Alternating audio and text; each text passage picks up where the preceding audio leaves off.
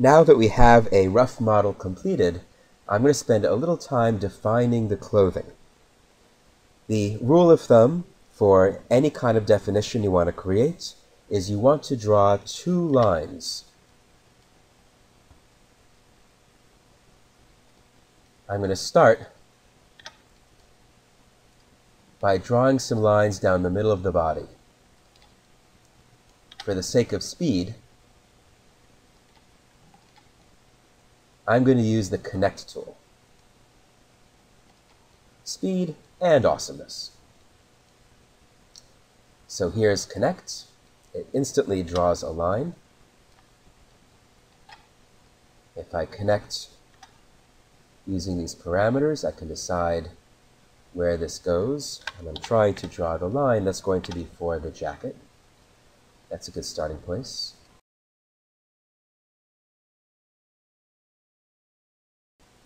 And I can move these lines over.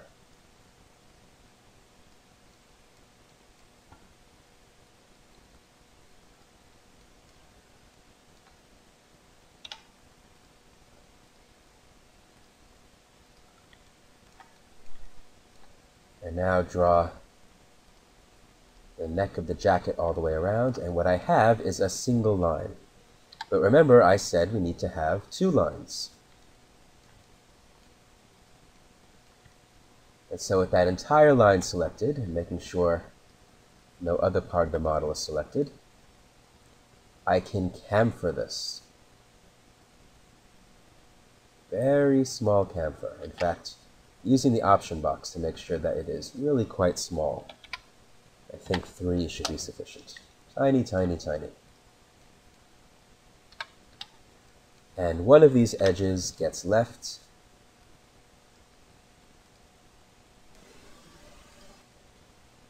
Gets left on the surface of the model. The other one gets pulled out. And that pairing of the vertex that's left where it is and the one that gets pulled out, that is how you create defined forms.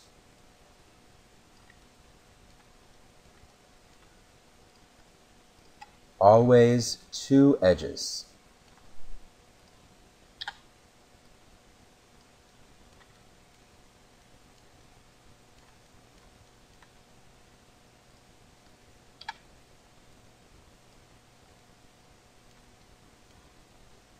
Certainly, smoothing groups can be used to help further define them.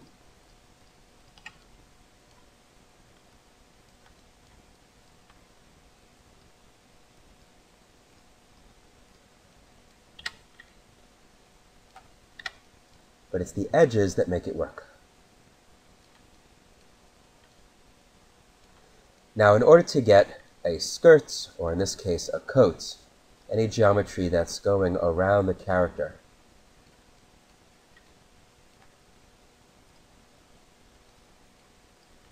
I need to extrude these together. I'm not looking to have a body inside of the clothing. I'm looking to have the body be a part of the clothing.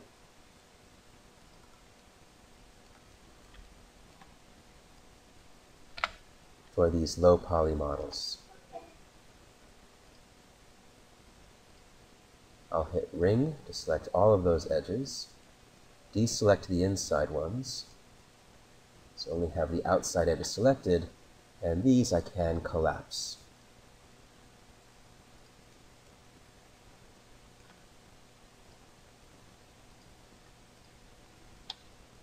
And then these polygons I can extrude again.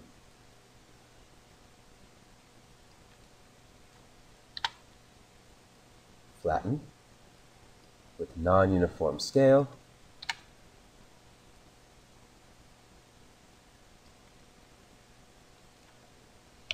Delete what would otherwise be interior geometry, so now there's nothing inside there. I'm going to backspace away this vertex.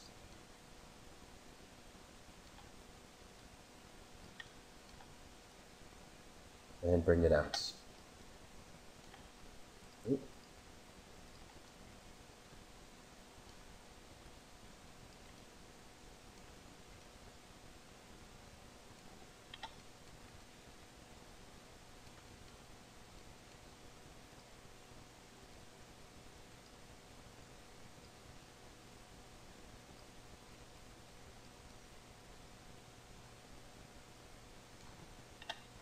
Oh, I seem to give myself a little bit of interior geometry.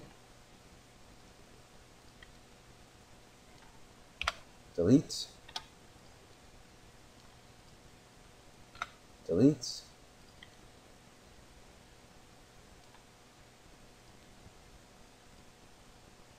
And now I'll target weld.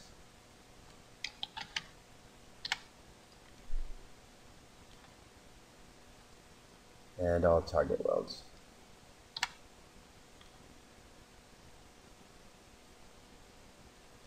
How do we know if this is far enough down as a cloak? Well, we look in the reference view.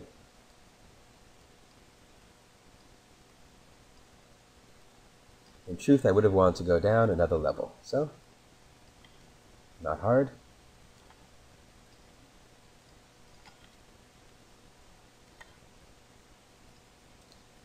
Extrude.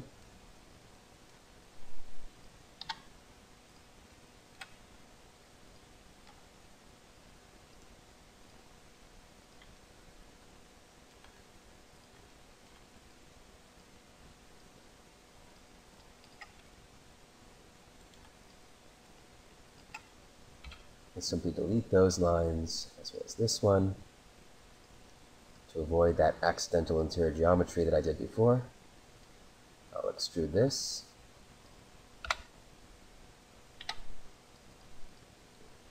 Delete that interior geometry, and target weld my pairs. Or collapse them. Collapse.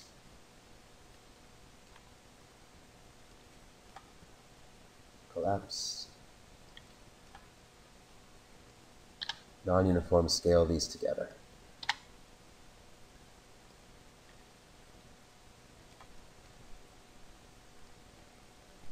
And then each of these points can be selected and non-uniform scale to pull back into the back of the jacket. And then I can select all of these points, all of these polygons, and do the same.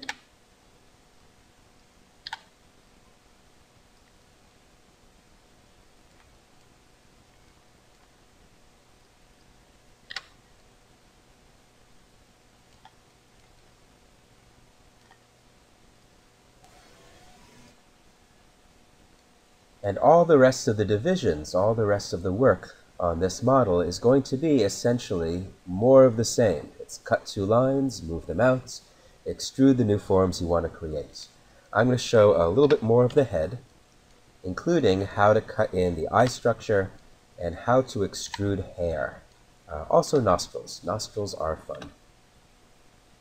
Big fan of nostrils. So using the cut tool, let's actually start with the nostril.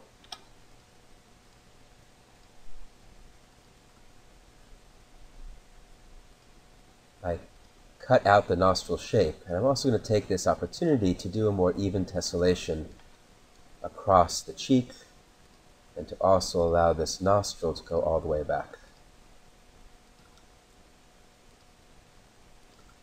Typically, the head has as many polygons as a good deal of the rest of the body. This, of course, depends upon the budget of your production, but that is not an uncommon thing. I extruded out the nostril shape, and now I'm just moving in these edges.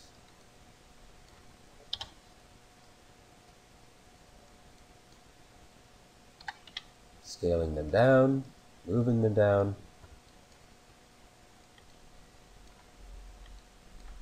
And we begin to have a nostril.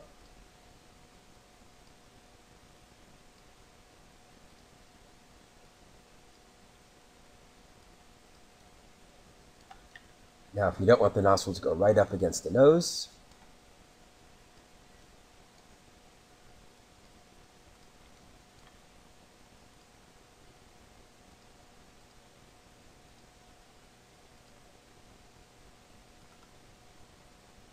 this can be moved in.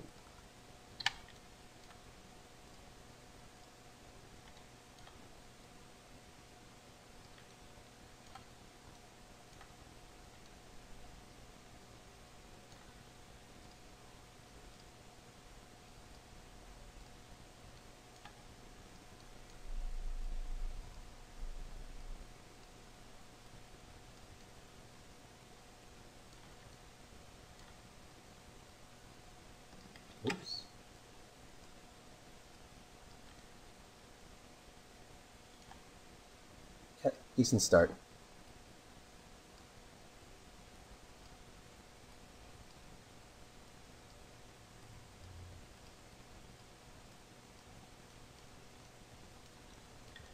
And now for the eye.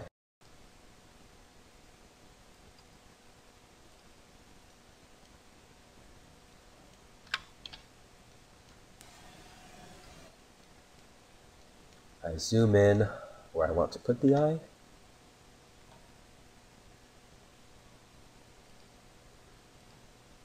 And I want to cut a shape.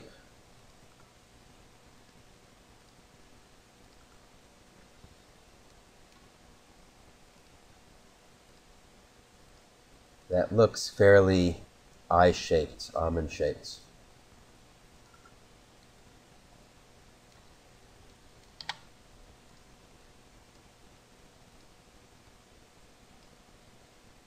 Not worrying about quads at this moment.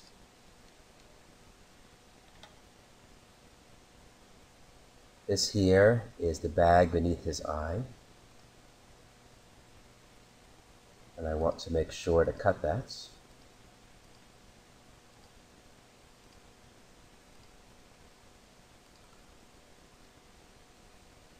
Now I can take time to do a little bit of quad work.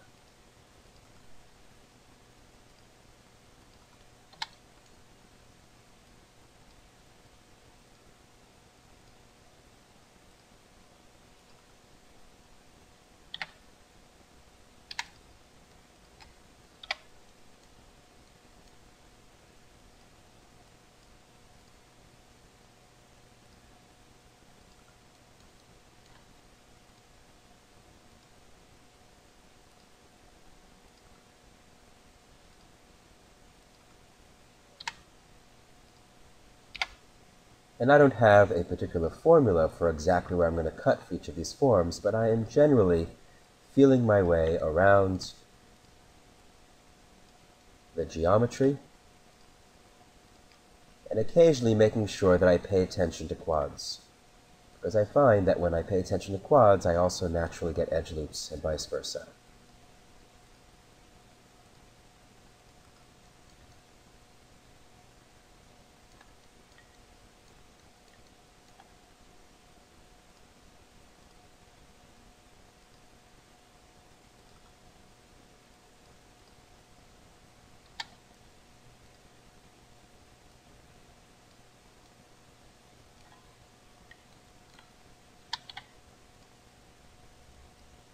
And I've collapsed this line.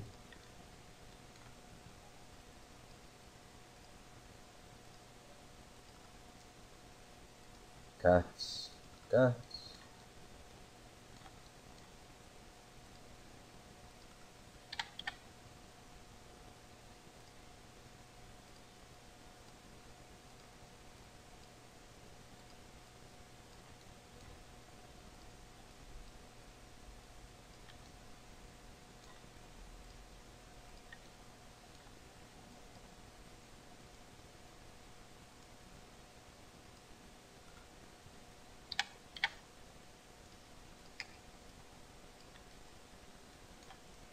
And as just a simple starting point for this eye, I can do a little bevel inward.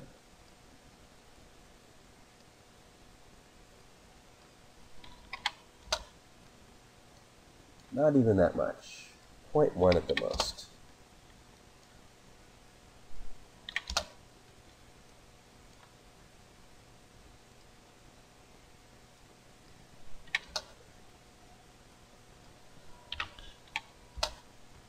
Oops.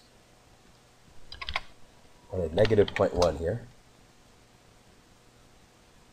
Rather, a positive 0.1. There we go.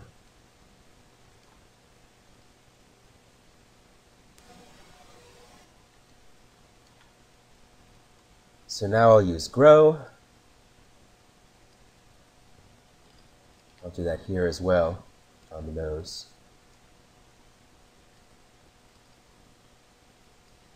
To make these all the same smoothing group. And I should take a moment to cut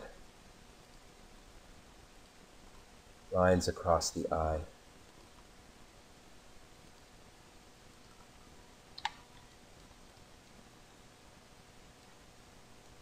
And that's fine for now. I'll move these edges back.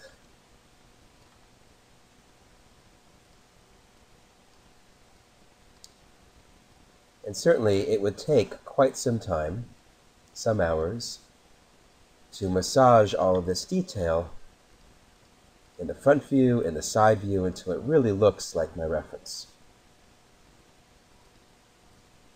But the purpose of this process is to show you how to get the overall form very, very quickly so that it can be used in production.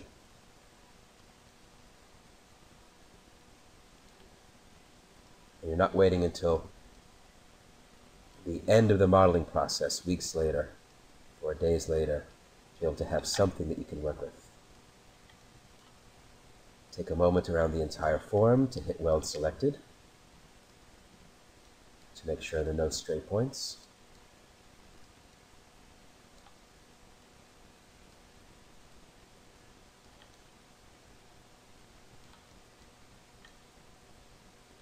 And here's a quick explanation of how we do the hair. Normally I'd want to take more time to make sure the head was the right shape before doing the hair, but this is a quick tutorial. So first I cut in the hair shape. And it seems to me that I made this head a little bit short, so I will pull the head up.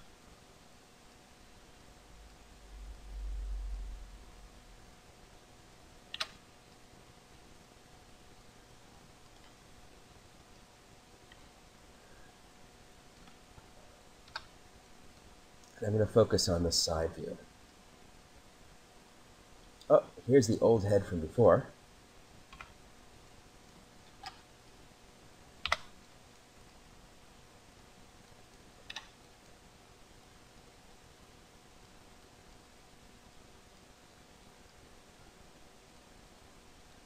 And even though, of course, hair does not grow exactly symmetrically on either side of the head, I'm going to focus still on the side that I referenced. I can always make my adjustments later.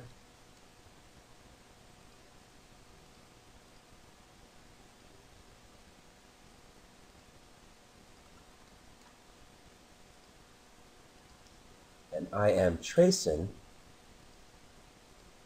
the beard and the hair. I'm getting the outline.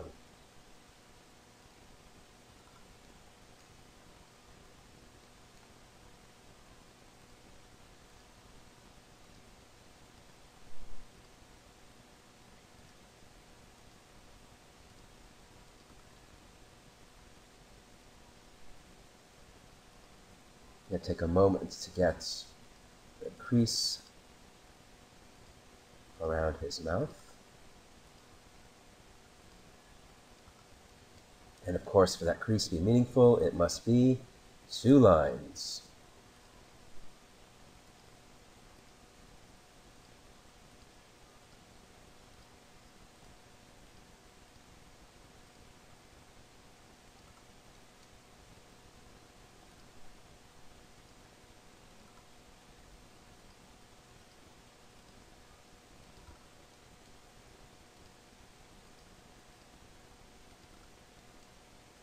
Sometimes the cut needs to be started from the other angle to work.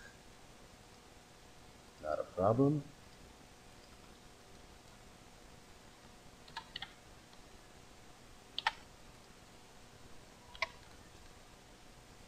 If you hold down the Control key while hitting backspace, it not only removes the edge, it also removes the vertices that were on that edge.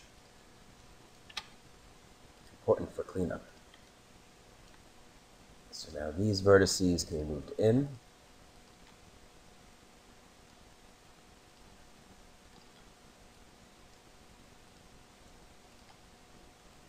these vertices out.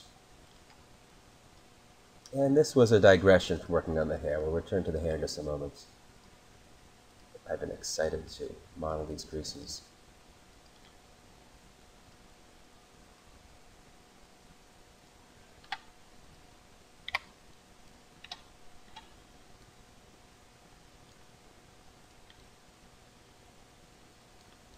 Okay, back to the hair.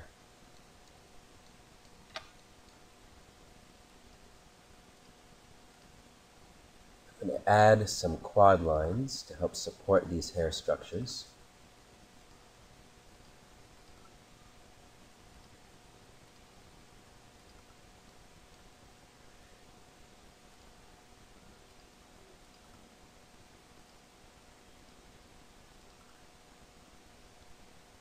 Which will have the additional effect of giving us more divisions to work with later.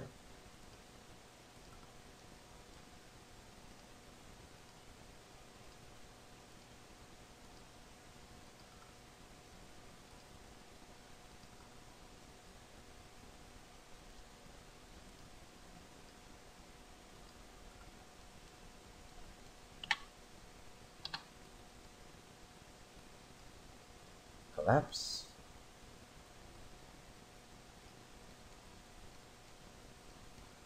And now I can select all of these hairy parts.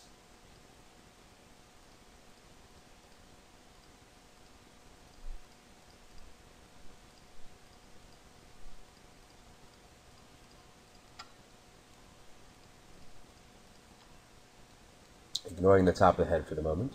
Yeah, we can do that too. There we go, top of the head.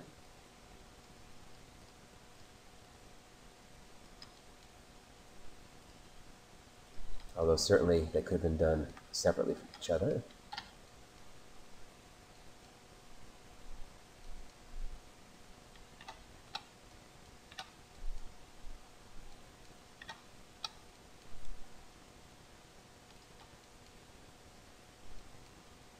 And we do a bevel on the local normal. I'll come out a bit more. You can see how this is getting a bit crunchy because I neglected to cut in support lines first for quads. So I'm going to take a moment to do that.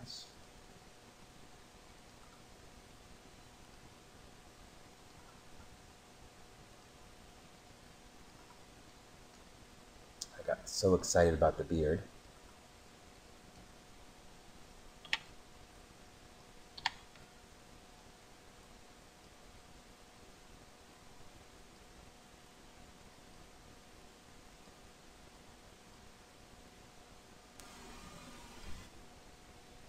And now I can go back to faces, back to my bevel, and that's not quite as crunchy as it was before. And that's a pretty decent thickness. I think I'm going to go with that. I will deselect this part, and this part, just so I can bring this part in a little bit. This feels like it's coming out a bit too much, interfering with the ear. I think that looks better.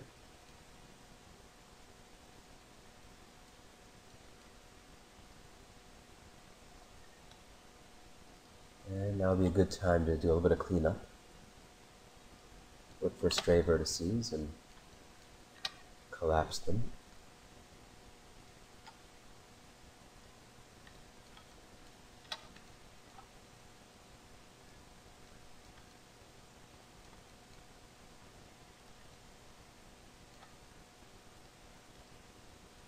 Some of these strays were caused by vertices that should have been cleaned up before they were extruded.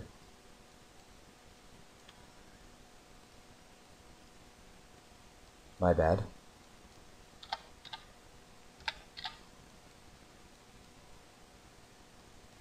But despite the fact that this still needs quite a bit of work, it's beginning to look ever so vaguely Lincolnish.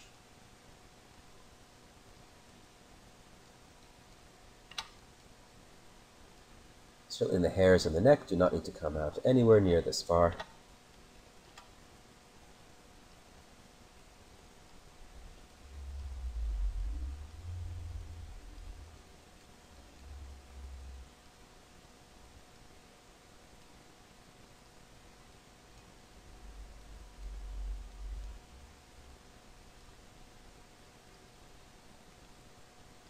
now I can select, reselect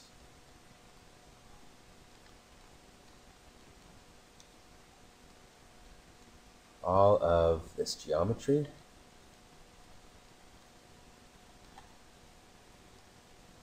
And give it a different smoothing group than the face.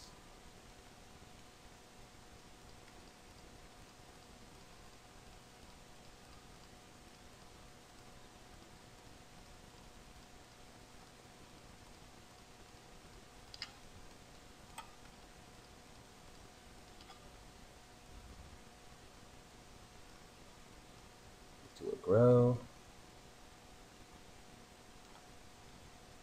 Again, different smoothing group than the face, so it stays distinct. And very important is to get rid of what will be interior geometry when the two sides are attached. Holding down the Shift key, I can continue a loop. Unfortunately, that goes all the way around geometry that I don't want to delete, so I have to deselect. So now I only have the geometry that I do want to delete selected. I hit delete, and I go to the chin, where I also have some bad polys. And then in the front view,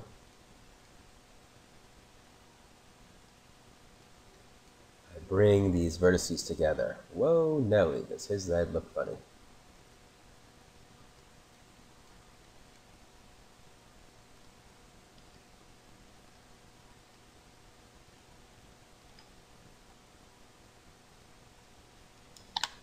Non-uniform scale these flat.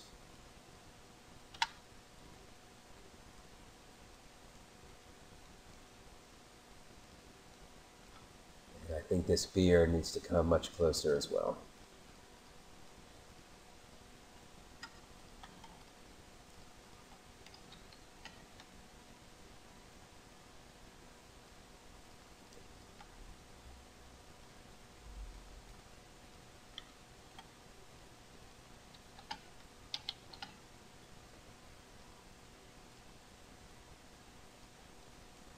Well, it's getting there.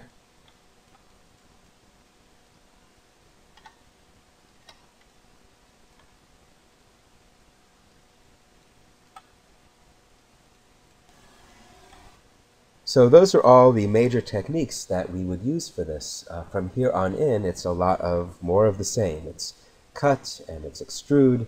It is removing lines with backspace and control backspace that we no longer need. It's working to make quads, working to make loops around the form. For example, circles around the eye and circles around the mouth that would allow us to have good deformation if we were ever to do facial animation on this. And working from our reference in the front view and in the side view to get a more and more detailed model.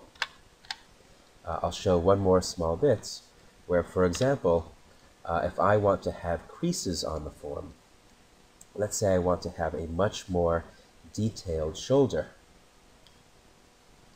I can loop this and I can chamfer it a couple of times.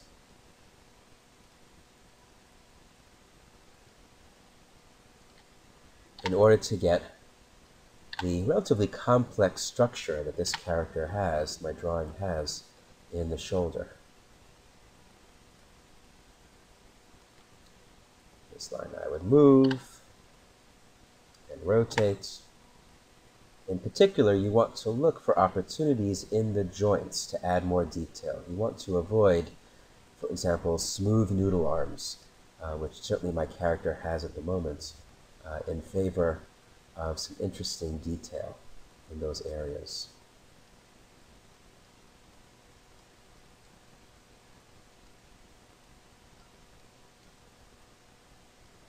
I'm going to move all these units up so that the top of the arm is more flat.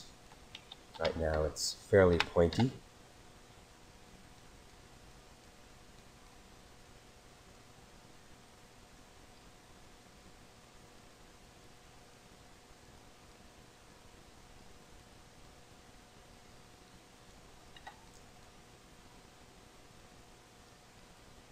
want the bottom of the arm also to be a bit more flat and not so pointy.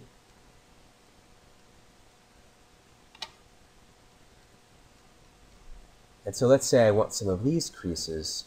Once again, it's always 2 lines.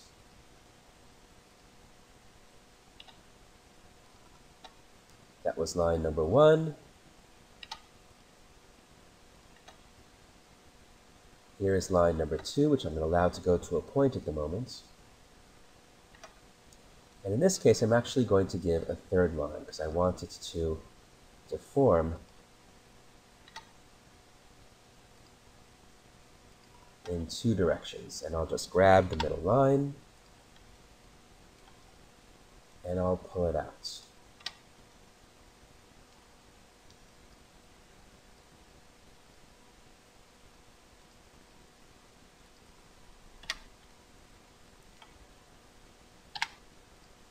And so we begin to have some creases in that form, geometry that's more interesting than just a flat space.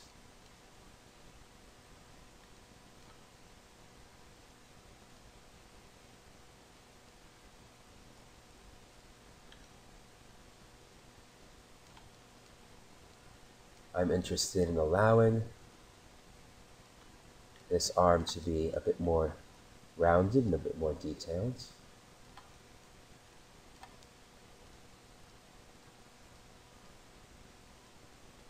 And especially to have that detail progress across the chest. So I will use connect. Right click to make that 0 again, so it's back in the middle. And a single connect line for now is fine. And then this can all be dragged down to make a more rounded surface. And this can be dragged forward to make a more rounded surface.